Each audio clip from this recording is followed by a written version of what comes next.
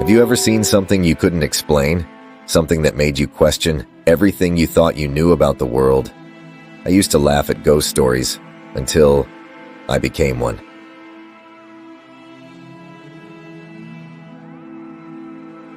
This is my story. It all started on a foggy October night in an old, creaky dormitory that seemed to breathe and whisper secrets of its own. A place where students spoke in hushed tones about the bride who never made it to the altar. They called her the Forgotten Bride. A tragic spirit, doomed to wander the halls forever.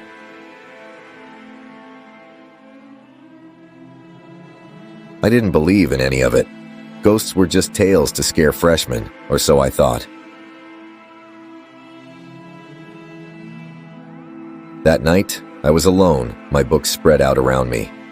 I was cramming for an exam, trying to shake off the unease that crept up on me every time the wind howled outside. And then, I heard it, the faint sound of bells, ringing slowly, echoing through the empty hallways. Like a wedding march, played on a broken record player. At first I thought I was imagining things. Maybe the old pipes groaning, or the wind playing tricks on my ears. But then, the sound changed. Something softer yet so much more unsettling. It was the sound of someone crying. Not loud, but broken, like their soul was shattering with each sob. I hesitated for a moment, my heart pounding in my chest. But curiosity got the best of me. I opened the door, and there she was. A woman dressed in a filthy, torn wedding dress. Her hair matted, tangled with dead leaves. She held a wilted bouquet in her hands. She didn't move, didn't breathe, just stood there, like a statue, frozen in her misery.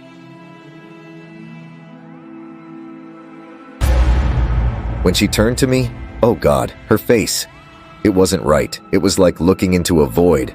Eyes that seemed to pull you in, swallowing every bit of light. And that smile, that twisted, inhuman smile, stretched across her face, as if she was mocking me.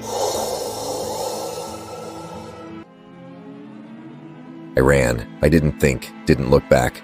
But the crying, it didn't stop. It got louder, closer, until it was all around me. And it wasn't just her anymore. It was dozens of voices, all wailing, all in agony, filling the air with their despair. I thought I'd escaped, that I was safe. But then, under the street lamp, I saw her again. Her dress now stained, blood red at the hem, and instead of flowers, she held something twisted, like a bouquet made of bones. "Do you hear them?" she asked, her voice echoing inside my skull. "Do you hear the bells? They're for you now."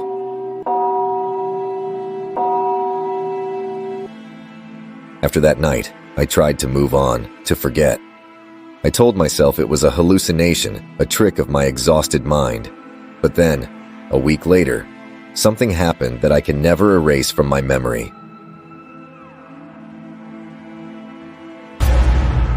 I was lying in bed, staring at the ceiling, when I felt it.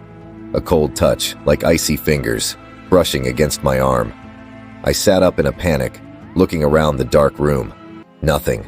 No one.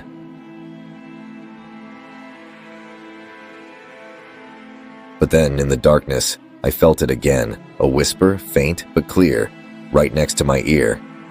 "Do you hear the bells?"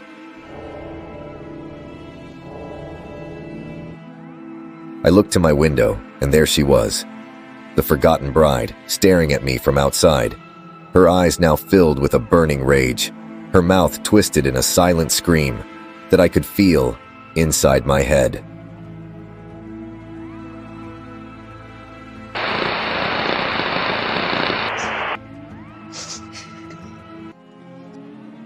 Since that night, every year, on the same cold October evening, I hear them. The bells, the crying, and I know She's still out there, still searching for the one who left her behind.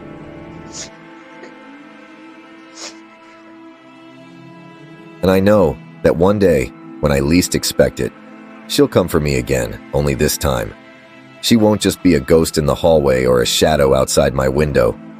This time, she will take me with her into the darkness.